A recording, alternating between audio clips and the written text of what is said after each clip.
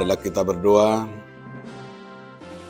Kasih karunia dan damai sejahtera dari Allah Bapa dan dari anaknya Tuhan Yesus Kristus menyertai kamu sekalian. Amin. Bapak, Ibu, saudara-saudara sekalian, di dalam nama Tuhan Yesus Kristus, marilah kita mendengarkan firman Tuhan hari ini yang tertulis dalam kitab 1 Korintus 15 ayat yang ke-28.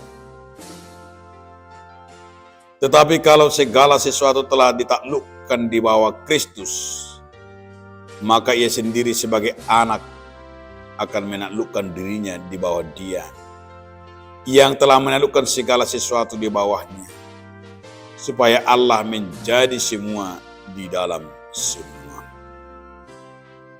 Allah edung tuduk saluhu nai tuibana, bisima dohot anak nai sadiri uduk tu napa tuduk kon saluhu tuibana. Asa debataga besaluhut di bagasan salu. Demikian firman Tuhan.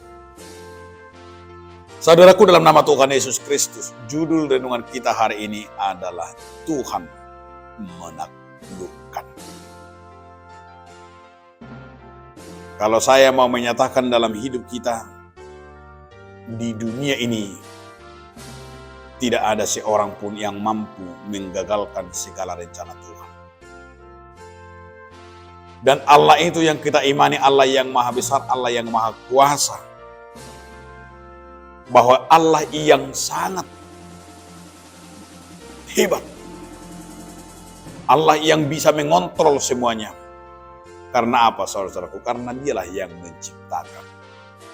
Karena Allah lah yang menjadikan bumi ini. Jadi Allah yang lebih besar dari segala-galanya.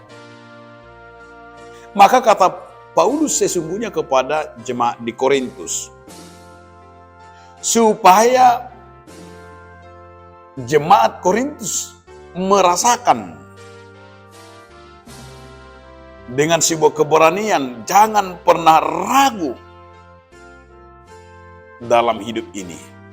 Karena Allah yang menaklukkan segala sesuatunya, mungkin juga ketakutan kita adalah ketakutan yang sering kita khawatirkanlah soal kedagingan kita. Mungkin kita juga takut akan namanya kematian. Takut namanya akan kehidupan. Takut akan namanya masa depan. Maka disinilah Paulus mau berkata di dalam 1 Korintus 15 itu, menyatakan bagaimanapun bumi ini, bagaimanapun dunia ini, siapapun tidak ada yang bisa menggagalkan segala rencana Tuhan. Tapi kadang-kadang kita sebagai manusia menganggap ada orang yang bisa menggagalkan rencana Tuhan. Itu tidak benar. Kalau kita selalu mengandalkan logika dan logis kita, kadang-kadang kita mungkin juga tidak merasakan akan namanya kuasa Tuhan yang kita sebut Alfa dan Omega. Maka firman hari ini mau berkata kepada kita, Tuhan yang akan menaklukkan segala-galanya. Walaupun dikatakan oleh Paulus sebenarnya bahwa Yesus yang mati, tetapi dikatakan dikalahkan dengan kebangkitannya. Maka dia selalu berkhotbah, sia-sialah khotbah, sia-sialah saya menjadi pengikut Kristus, sia-sialah saya sebagai anak Tuhan jika Yesus tidak bangkit dari kematian. Sia-sialah aku bisa berkhotbah. Sia-sia semua karunia yang dia terima. Jika Tuhan yang ia sembah, jika Tuhan Yesus yang disalibkan itu tidak bangkit. Maka yang mau dikatakan oleh Paulus sesungguhnya adalah kebangkitan Yesus itulah menaklukkan segala sesuatunya yang ada di bumi ini. Baik itu dosa, baik juga hawa nafsu, baik juga kedagingan kita. Telah ditaklukkan oleh kuasa Roh Kudus oleh kebangkitan Yesus. Jadi orang-orang yang sudah mengenal dan sudah hidup di dalam Tuhan merasakan arti kemerdekaan oleh firman itu yang memerdekakan kita.